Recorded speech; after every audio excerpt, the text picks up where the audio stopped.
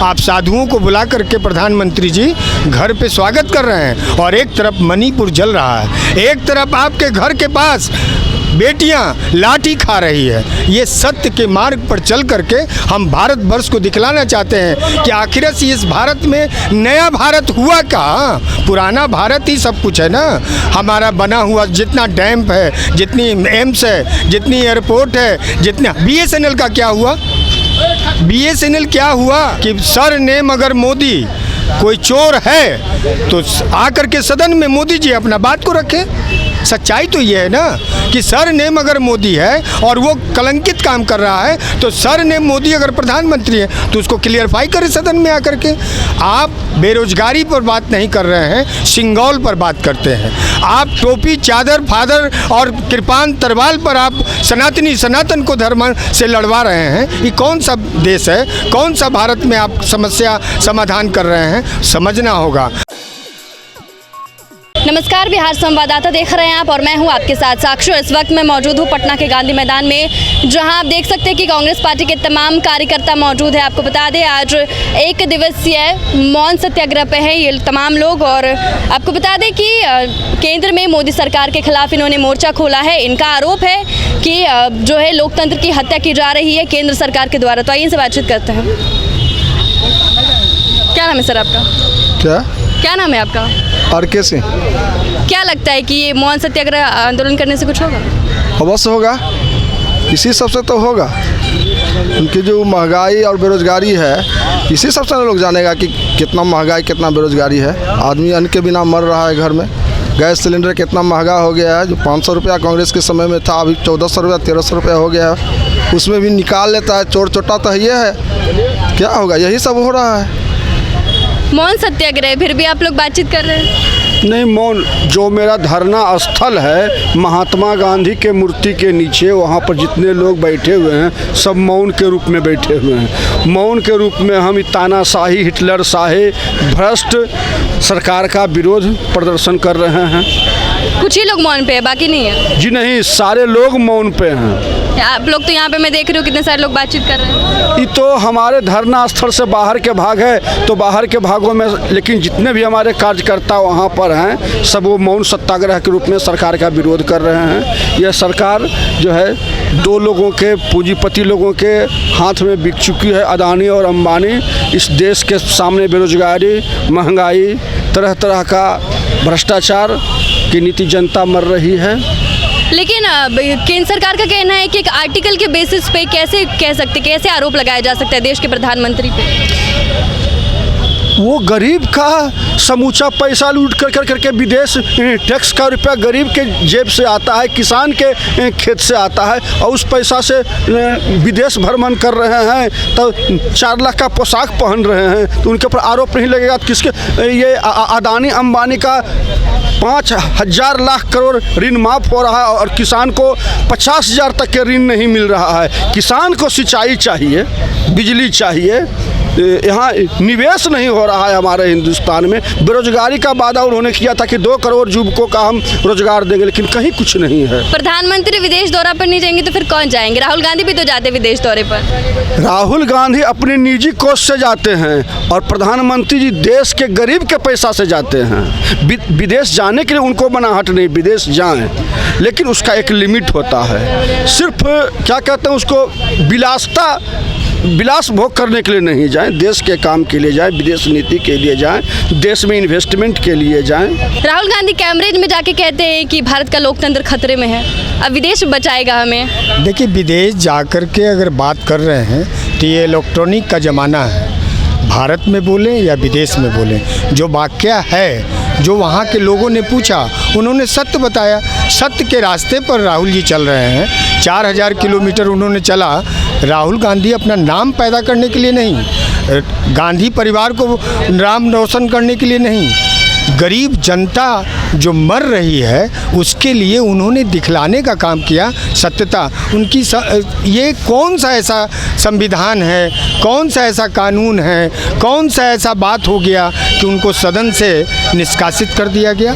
क्या बात हो रहा है? मोदी सरनेम पर उनको निष्कासित किया गया है कि उन्होंने ओबीसी समाज का अपमान किया। सवाल यहाँ पे ये उठता है कि सरनेम अगर मोदी कोई चोर है तो आकर के सदन में मोदी जी अपना बात को रखें। सच्चाई तो ये है ना कि सरनेम अगर मोदी है और वो कलंकित काम कर रहा है तो सरनेम मोदी अगर प्रधानमंत्री है तो उसको क्लियरफाई करें सदन में आकर के। आप बेरोजगारी पर बात नहीं कर रहे हैं, सिंगौल पर बात करते हैं। आप टोपी, चादर, फादर और कृपान तरवाल पर आप सनातन को धर्म से लड़वा रहे हैं। ये कौन सा देश है, कौन सा भारत में आप समस्या समाधान कर रहे हैं? समझना होगा। आप साधुओं को बुला करके प्रधानमंत्री जी घर पे स्वागत कर रहे हैं और एक तरफ मणिपुर जल रहा है, एक तरफ आपके घर के पास बेटियां लाठी खा रही है। ये सत्य के मार्ग पर चल करके हम भारत वर्ष को दिखलाना चाहते हैं कि आखिर इस भारत में नया भारत हुआ कहाँ? पुराना भारत ही सब कुछ है ना। हमारा बना हुआ जितना डैम है, जितनी एम्स है, जितनी एयरपोर्ट है, जितना BSNL का क्या हुआ? BSNL क्या हुआ?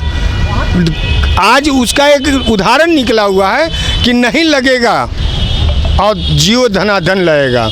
अब जियो 5 GB अगर ला करके 5G ला करके अगर कर रहे हैं तो उसमें भी आफत हो रहा है। ये बात को समझना होगा कि हम सत्य के रास्ते पर, गांधी जी के बताए हुए रास्ते पर चल रहे हैं। आपके हिसाब से देश में 4G 5G आना या टेक्निकल चीज़ें बढ़ाना, ये चीज़ टेक्निकल, देखिए आप टेक्निकल की बात जहाँ तक करती हैं तो ATM किसने लाया, मेट्रो किसने चलाया, टेलीफोन किसने लाया? इस बात को तो समझना होगा ना। हमने ATM पैदा किया जब हम इलेक्ट्रॉनिक इस धरती पर लेकर के माननीय श्री राजीव गांधी आए थे तो लोग बैलगाड़ी पर चल रहे थे, विपक्ष कि बेरोजगार हो जाएगा। आज नया भारत अगर करने का कोई उपाय सोचा गया तो वो राजीव गांधी का देन है। राहुल गांधी उसी पैमाने पर लोगों को दिखलाना चाहते हैं। अगर सत्य नहीं होता तो वो तो अपना इतनी वजूद है उनके पास कि अपने जीवन रॉयल ज़िंदगी से जी सकते थे। जिनके घरों में 3-3 प्रधानमंत्री रहे, उनके लड़के आज धान रोपनी का काम कर रहे हैं, मोटर मैकेनिक का काम कर रहे हैं, ट्रैक्टर चलाने का काम कर रहे हैं। जरा प्रधानमंत्री को कहिए ना कि ट्रैक्टर चला के दिखलाएं। अब तो उन पे ये भी आरोप लगाया जा रहा है कि वो ट्रैक्टर में सफ़ेद कपड़ा पहने थे लेकिन उन पर एक भी छींटे नहीं पड़े। अरे ये सब खाली बनावटी बातें हैं। सच्चाई आप अभी सवाल कर रही थी। सच ये है कि आप रेल मंत्री को झंडा डोलाने नहीं देते हैं, आप विदेश मंत्री को विदेश में भेज करके अपनी बात रखने नहीं देते हैं। सभी जगह अगर प्रधानमंत्री ही रहेगा तो फिर और मंत्री का मंत्रिमंडल क्यों? आप स्वयं रहिए ना।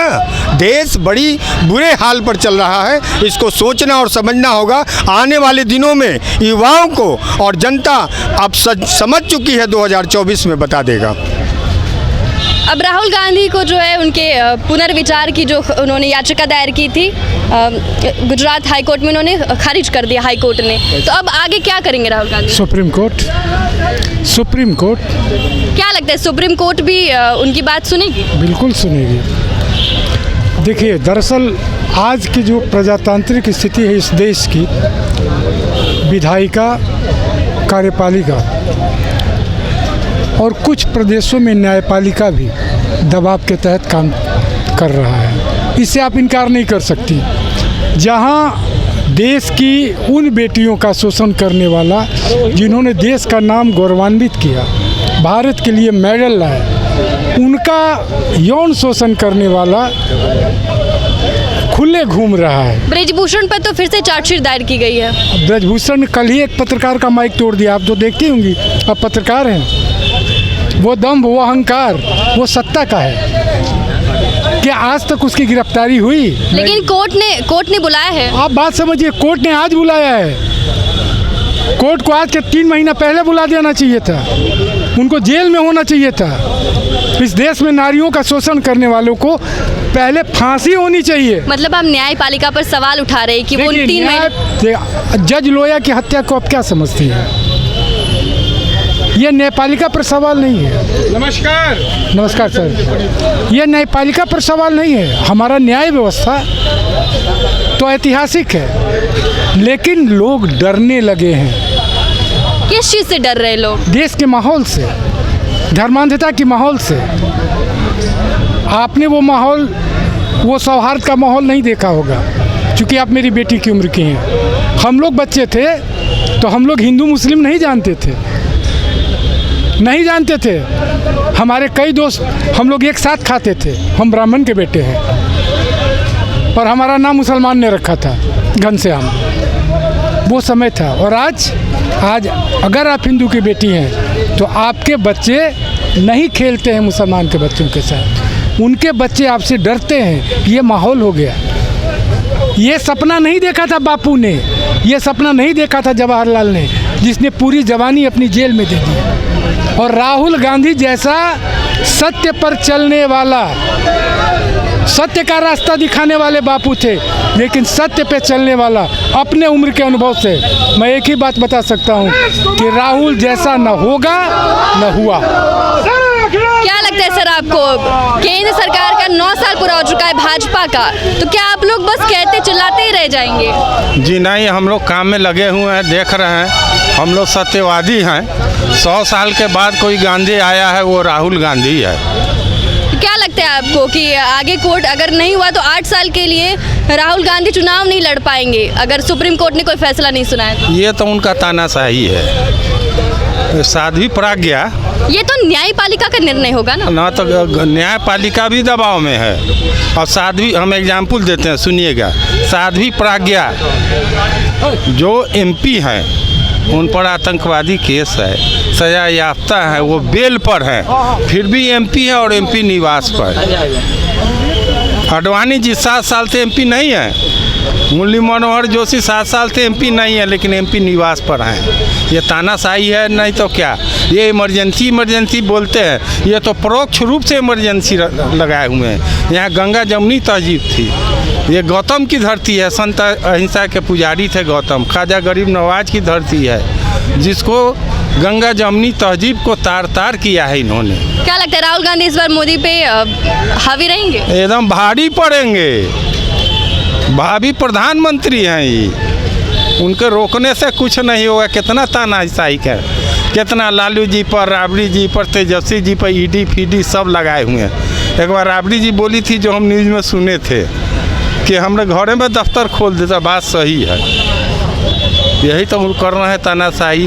कहेंगे इमरजेंसी इंदिरा गांधी की याद दिलाती है 77 की। लेकिन महाराष्ट्र में जब NCP में अजीत पवार जब BJP में शामिल हुए तो उस समय बोलने लगे कि अजीत पवार जो है वो भ्रष्टाचारी है, लेकिन उससे पहले बोलते थे कि अजीत पवार भ्रष्टाचारी नहीं है। तो क्या ED और CBI जो है अपना काम कर रही है? पहले ही बोलते थे कि ED CBI गलत काम कर रही है, मतलब जैसे BJP में ज्वाइन किए तो वो गलत हो गई कैसे? हाँ, जब वो पहले तो गलत थे, भ्रष्टाचारी थे, अब वो कुछ को लेकर उनके साथ चले आए हैं तो मतलब NCP नेता भ्रष्टाचारी है? वो नहीं, NCP नेता नहीं है भ्रष्टाचारी। तो BJP में जाने के बाद वो भ्रष्टाचारी कैसे हो गए? ना, अब तो सही हो गए। BJP में तो जाके धुला जाते हैं। वो गंगा जल की तरह निर्मल अपने को समझते हैं। जितना ब्लैकियर है उनके पार्टी में जाएगा वो स्वच्छ हो जाएगा। उन पर था ना केस, अभी भी बेल पर हैं और अब है तो ठीक है।